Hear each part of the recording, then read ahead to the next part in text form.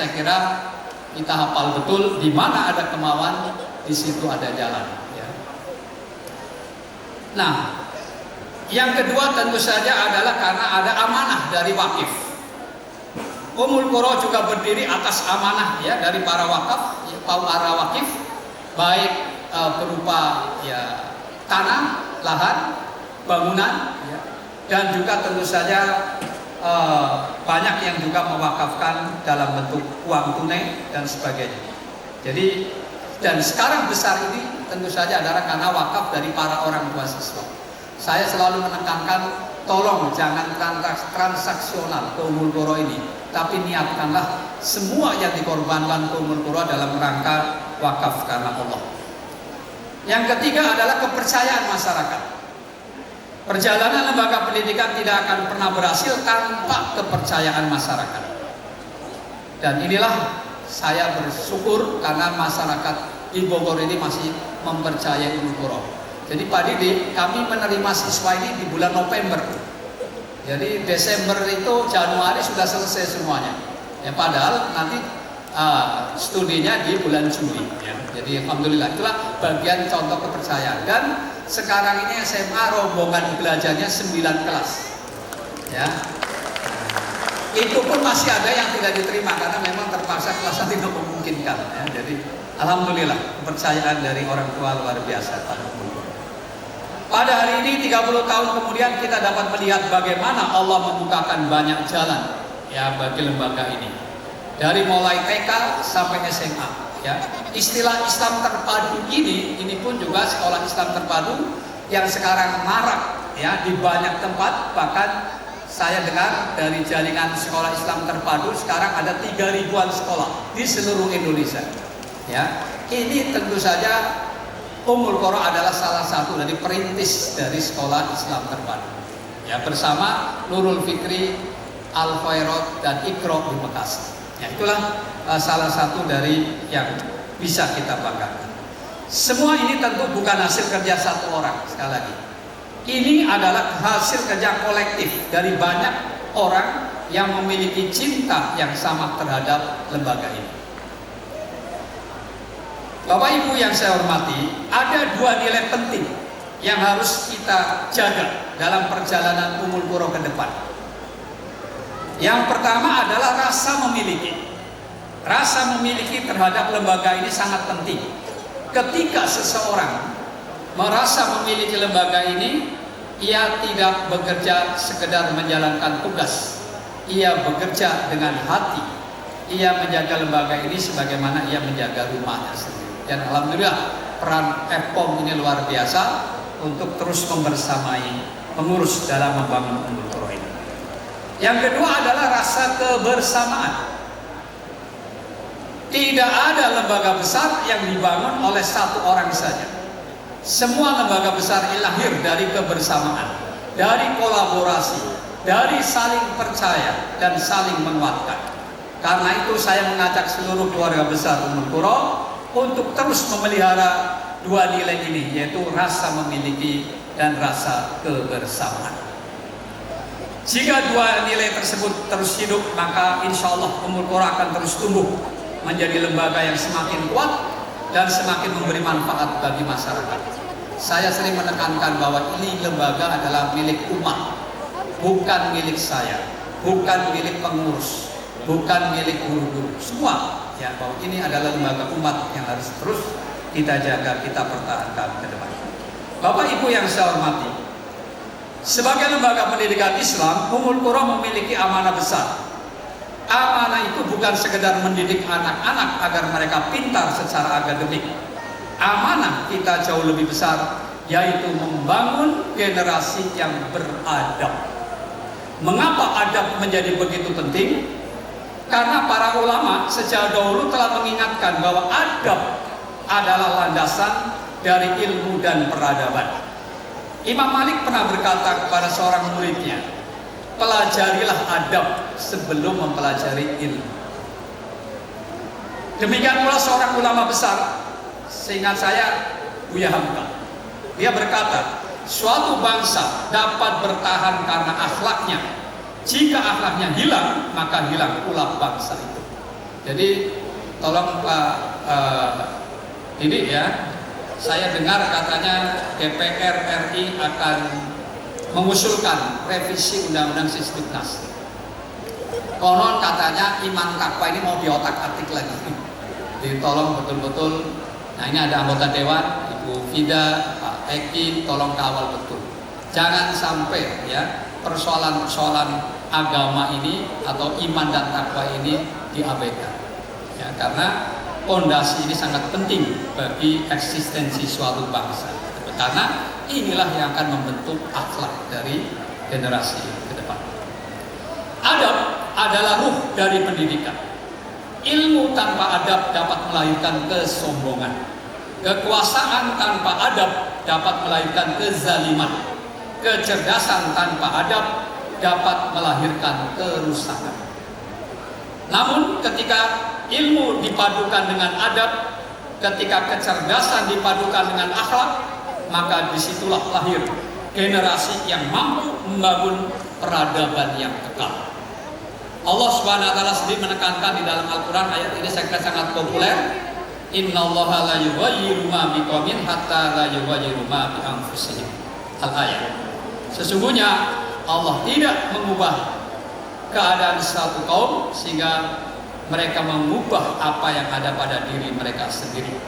Apabila Allah menghendaki keburukan terhadap suatu kaum, tidak ada yang dapat menolaknya, dan sekali-kali tidak ada pelindung bagi mereka selain Dia.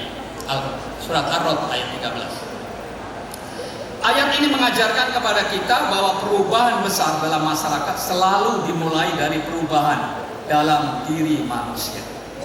Dan masuknya peran pendidikan menjadi sangat penting. Sekolah bukan sekedar tempat transfer ilmu.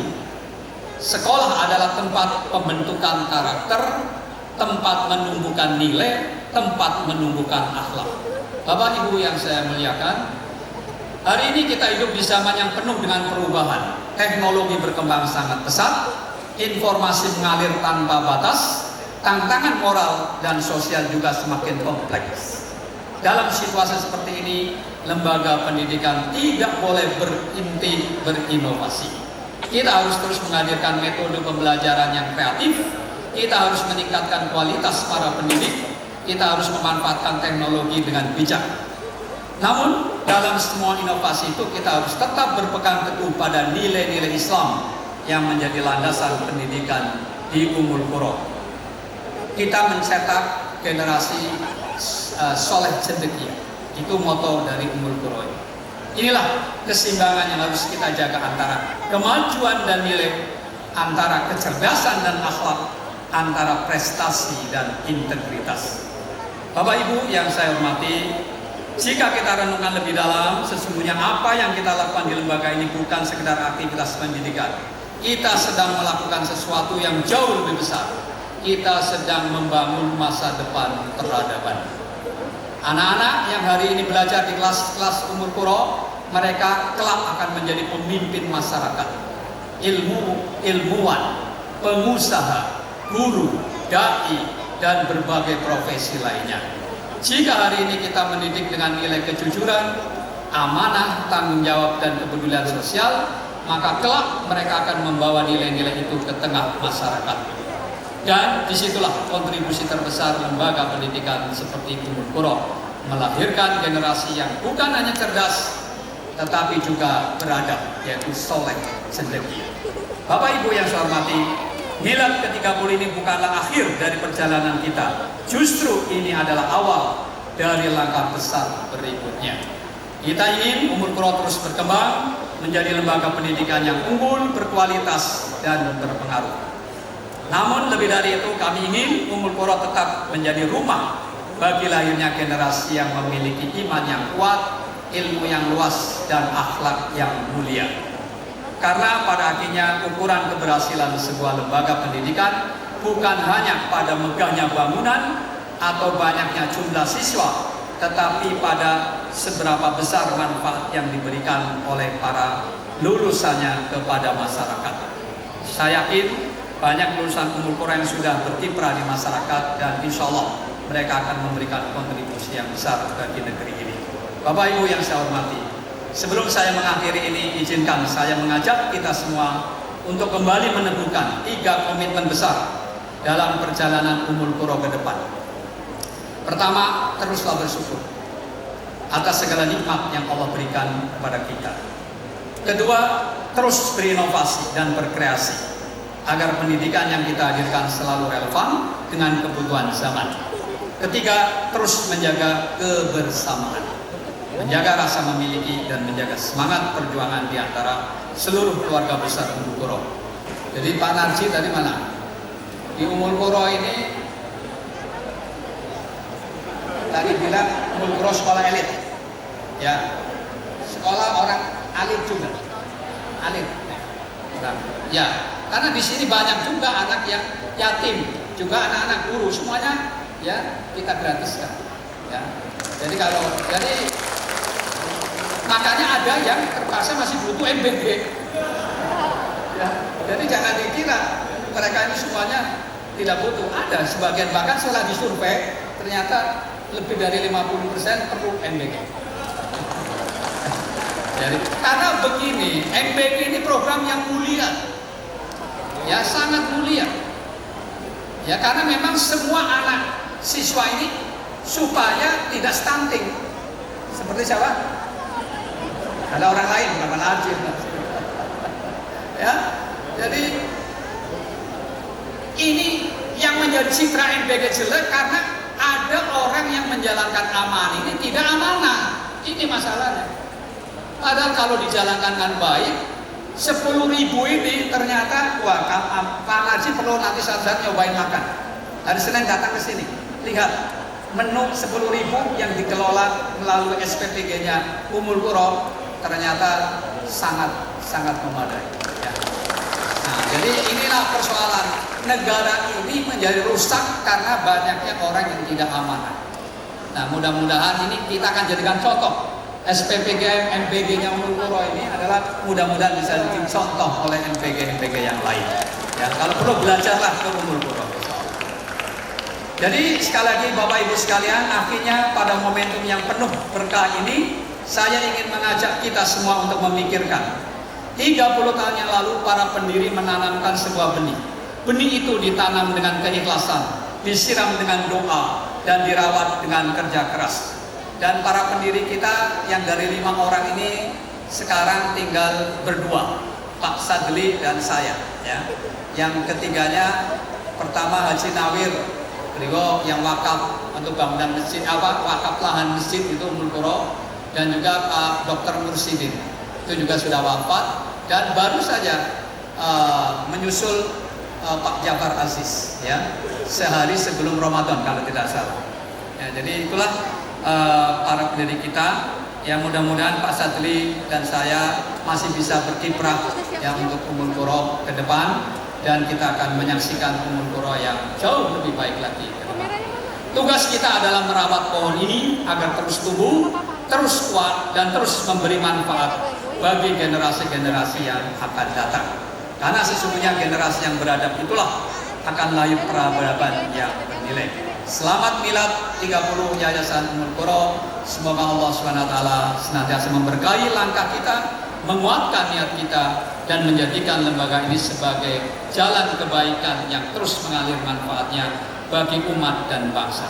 Mari kita melangkah ke masa depan dengan keyakinan bahwa selama kita memiliki kemauan yang kuat untuk berbuat baik, selama kita menjaga kebersamaan, dan selama kita terus bersandar pada Allah SWT, maka insya Allah jalan-jalan kebaikan akan selalu dibukakan bagi Allah SWT.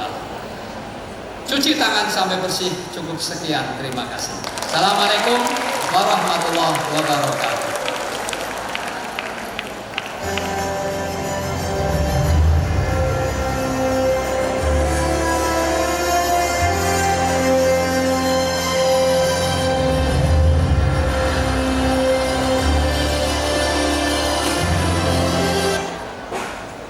Kami aturkan banyak terima kasih kepada Ustaz Haji Suswono MMA yang telah memberikan sambutan. Semoga arahan dan ucapan yang telah beliau sampaikan kepada kita mudah-mudahan jadi bekal buat generasi-generasi selanjutnya, insyaallah. Amin ya Allah ya Rabbal Alamin. Baik, hadirin tamu undangan yang berbahagia, selanjutnya kita akan bersama-sama menyaksikan pemutaran video perjalanan 30 tahun Yayasan Ummul Qura Bogor. Untuk itu pada hadirin selamat menyaksikan.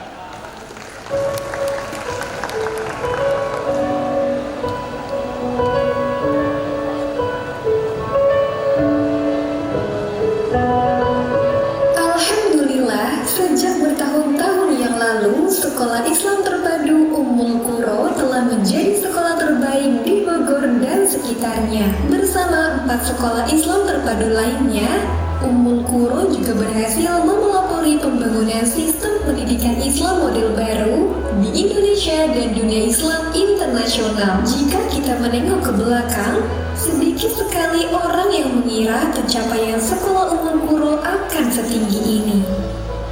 Pasalnya, ketika cikal bakal sekolah ini didirikan pada tahun 1993, sekolah ini hanya terdiri dari 2 kelas dengan murid berjumlah 22 orang. Mereka juga tidak belajar di gedung sekolah, melainkan di ruangan di dalam rumah yang diwakafkan Haji Nizar Kamil kepada Yayasan Amizariyah. Sebagian lagi belajar di lantai 2 Masjid Ar-Rahmah yang berada di samping rumah itu. Nama sekolah tersebut ialah Madrasah Ibtidaiyah Terpadu Salahuddin, berlokasi di Kompleks Yayasan Amizariyah, Tasik-Jaya, Bogor. Waktu itu, Ustaz Suswono menjabat sebagai Kepala Perguruan Salahuddin Yayasan Amizariyah yang memimpin berbagai kegiatan pendidikan di sana. Sebagaimana diingat Arif Munandar, Kepala Madrasah Ibtidaiyah Terpadu Salahuddin, Ustaz Suswono sering mengatakan, dari ruang kecil ini kita akan mengubah dunia.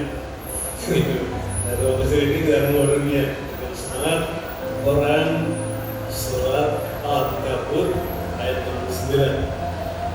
Walladzina